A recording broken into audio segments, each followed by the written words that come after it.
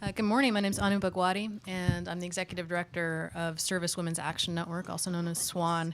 And we're a policy and advocacy organization that is highlighting the issues faced by women in the military and also on the veteran side. We consider ourselves a civil rights organization, so we deal with issues that contribute to trauma, such as combat exclusion policy, sexual trauma, domestic violence. And on the veteran side, the quality of health care and benefits available to women veterans and their families. I served 5 years active duty in the Marines on the officer side, and so I bring a strong personal perspective to these issues. And I'll just leave it at that. Yeah. Good morning. My name is Brent Wooden. I'm currently a journalism student at the University of Kansas.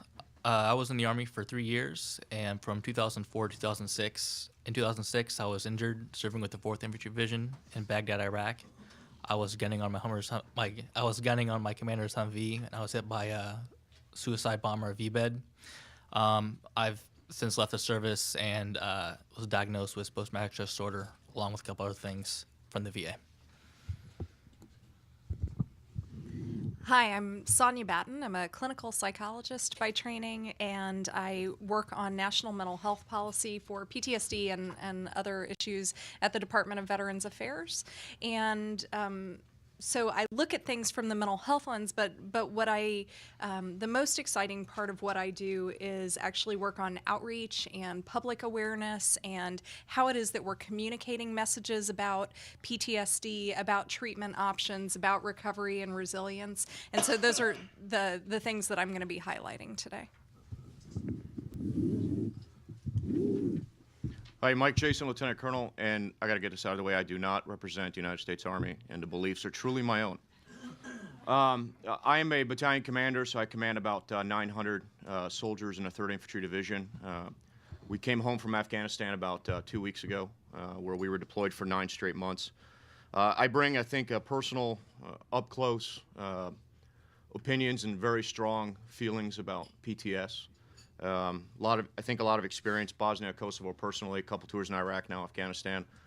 3 younger brothers, all active duty, 10 tours among us, various degrees of experiences. And I was diagnosed myself after my first tour. So I wish I had a badge. I would put it on. It says PTS. I earned it. I'm proud of it. I saw things. I did things. I've got the 1,000-yard stare. It comes at me when I least expect it. But I'm dealing with it, and I talk to my soldiers this openly about it, and I think this dialogue is important, and I'm just really excited to be here and be part of this. Thanks. Good morning, Brigadier General Bob Hedlund. I am the Director of Marine and Family Programs down in Quantico, which is a division within the Department of Marine Corps Manpower and Reserve Affairs. So all things Marines and their families are in my portfolio. For today's conversation, probably the two that are most important are to the Wounded Warrior Regiment, which I provide one-star top cover for lack of a better description. And then the other one is I'm also the responsible for the behavioral health program in the Marine Corps. So that encompasses a lot of things. To include sexual assault, suicide prevention, combat and operational stress control, substance abuse, and I'm missing one there. But all the fun substance abuse. Yeah, that's right, and all the fun things that that people get a lot of attention for. I think my combat experiences as a squadron commander in Iraq primarily. I've got some other. Contingency time, if you will, but I've got a lot of experience now with wounded veterans, wounded Marines, both from visible and invisible. So hope to bring a little perspective on what the Marine Corps is, not only what the Marine Corps is doing, but how we go about the work with folks who are struggling with PTS. Thanks. So let me just start by asking one question. In our earlier panel discussion this morning, people talked about definitions of post-traumatic stress or post-traumatic stress disorder. How do you all define it? You can even talk about how you've experienced it. But tell us as journalists what it is to you.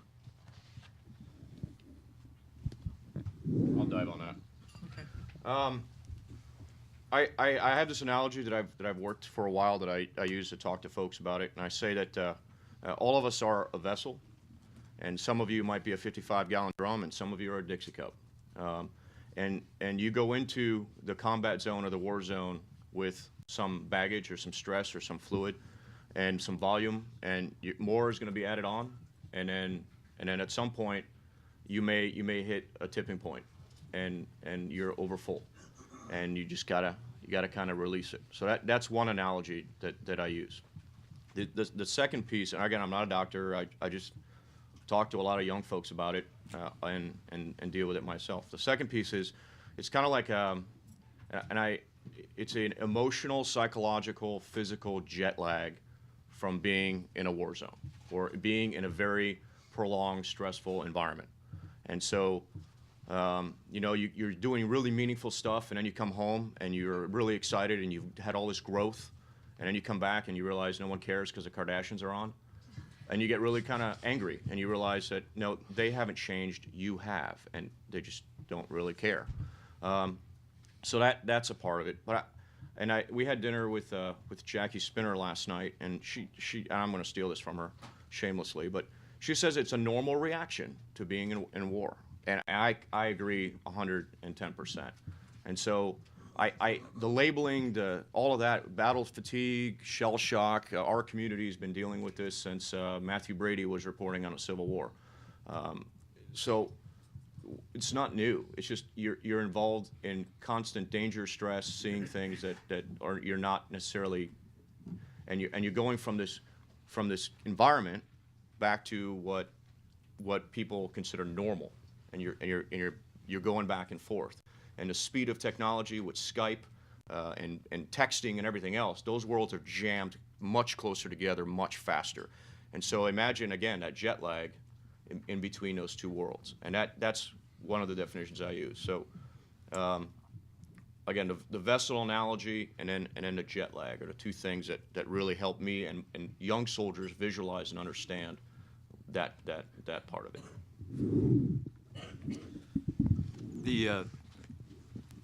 I'd like to take a shot at it from a Marine Corps perspective. For those of you who do not know, the Marine Corps doesn't have its own medical and psychological corps, if you will. We rely on the Navy for that support, and in the joint world, of course, we rely on the other services as well. But our traditional relationship is with the Navy for things diagnosable. So we have a little different perspective in that we think that there are leadership ways of getting after this in a preventive and in a reactive way. So the Marine Corps looks at PTS as being on a continuum. And again, we kind of get into this discussion of combat and operational stress control. As the colonel said, stress is a part of life, and getting overstressed is a part of life as well. The question is, at what point are you overstressed to the point to where you can't control how you relieve or how you dump that stress out of the vessel? So we talk about the combat and operational stress continuum model, okay, and it's simple, Marines. If it's any more than 4, we'll never get it. So it's, the green is the ready phase, and that generally is, you've had time to kind of decompress. You're maybe in a training cycle, but it's not a heavy training cycle. The yellow is reacting, so you're experiencing stress in your life, but it's pretty much under control. Marines and soldiers experience that every single day, and you all do too. But it's a question of how quickly can you recover from that stress situation. And we get into an orange phase. Orange is called injury. So you can get into an orange phase where you're having a difficult time dealing with the experiences that you've had, but you're not yet. You're kind of on the borderline here where you might be in a diagnosable situation. And then red. Once you get to red, we call that ill, and at that point, it is a stress injury that has progressed to the point to where you can't really, and those that help you that aren't clinical, can't really help you without that intervention, if you will, at the clinical level. So The reason we do that is so that Marines, again, taking care of Marines, have a way to look at their battle buddy and go, hey man, are you okay today? And I mean, you don't walk up with a card and go, okay, he's green, he's yellow, he's red, but it gives you an awareness. It's not broke or unbroke. It's life. And when you get to the point to where you either self-recognize or somebody else that loves you recognizes that you're in a state that is something beyond where you can handle it or get help with a brother Marine or a family member in handling it, then we got to get you some help. And that's when we dip into the Navy side of the house and say, okay, we need real clinical help here. So bit of a long story, but it is a complex subject as you've already figured out. From a veteran's perspective, how IC combat stress and post-traumatic stress disorder is, it's kind of when you train and you deploy, a switch in you is turned on, and it's really hard to turn that off. It doesn't always impede you in your everyday activities, but it's always there in the back of your mind that something may not happen now, but it could happen at any moment. It's just that level of preparedness and that activation inside of you that to be on guard. And I would say, just sort of thinking about, because I come from this clinical perspective, how we use words matters. And we have to remember that when we talk about something like post-traumatic stress disorder or depression for that matter, or any other of these mental health conditions, these are not, it's not the same thing as having meningitis, where we can do a blood test or we can go into your spinal fluid and say, yep, look, there's this marker, this person definitively has meningitis. When we're talking about mental health conditions, these are labels that experts come to consensus, the best consensus they have, based on the literature and the evidence that's available, and they come to agreement on what are the labels that are going to be used for medical purposes. And so when we talk about post-traumatic stress disorder, somebody used the reference to the continuum. Absolutely, there's a continuum of how people respond to potentially traumatic events. Remember, even just being in the same event isn't necessarily traumatic to everybody who experiences it. You can have 3 people in the same car accident. One might develop full-blown post-traumatic stress disorder. One might have some post-traumatic stress symptoms, and one might, lose a couple of nights of sleep and then be fine. And so it's important to remember it is this continuum. Clinically, how we decide whether or not that term disorder is meaningful is if it's affecting somebody's life significantly. So if for more than just a couple of days of lost sleep, if it's significantly affecting somebody's ability to perform at the level they had been at work, it's significantly affecting their family, their relationships, their education. When it gets to the point of really getting in the way of those things, that's when we consider it a disorder. But I think it's also important to remember that why the specific labels in a medical setting make a difference is not because it just labeling for the sake of labeling, because none of us wants a label just because. It's because it can facilitate the ability for professionals to communicate. It can help guide, if it helps me speak in shorthand to Dr. Engel, if I say this person has PTSD, he's got a pretty good sense of then what those problems are and what the recommended treatments would be. So it allows a shorthand, it allows us to provide what may be most effective. But it is important to remember that these are socially constructed terms. And so you can use the language in different ways, but it's important to remember for what purpose you're using the language. And so if you're using it to describe types of reactions, then it may be post-traumatic stress symptoms or adjustment reactions.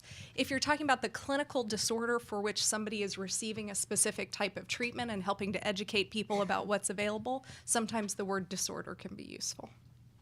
So I'll add one thing, I think, to this great discussion, which is that I think for service members there's a cognitive dissonance that exists that may not exist in other institutions. On the combat side, I mean, I remember I got out of the Marines about 8 years ago, but there's an emotional, physical, I would even suggest psychic connection that we are indoctrinated with, and in our relationship to killing starts on day one.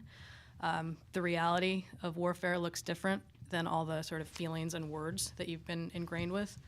But on the violence that may be committed against you by fellow service members, there's something else that happens. It's another type of cognitive dissonance where everything you've been ingrained with, which is that love for the uniform and the love of country and the love for your unit and the respect for your commanders and your brothers in arms and so on and so forth, which is such a deep level of betrayal. And there, I was listening closely to the first panel. I found it really engaging. But the idea that, on sort of the combat side of this discussion, we have to think about how to build resilience among combat troops for future deployments, and that's a very practical concern.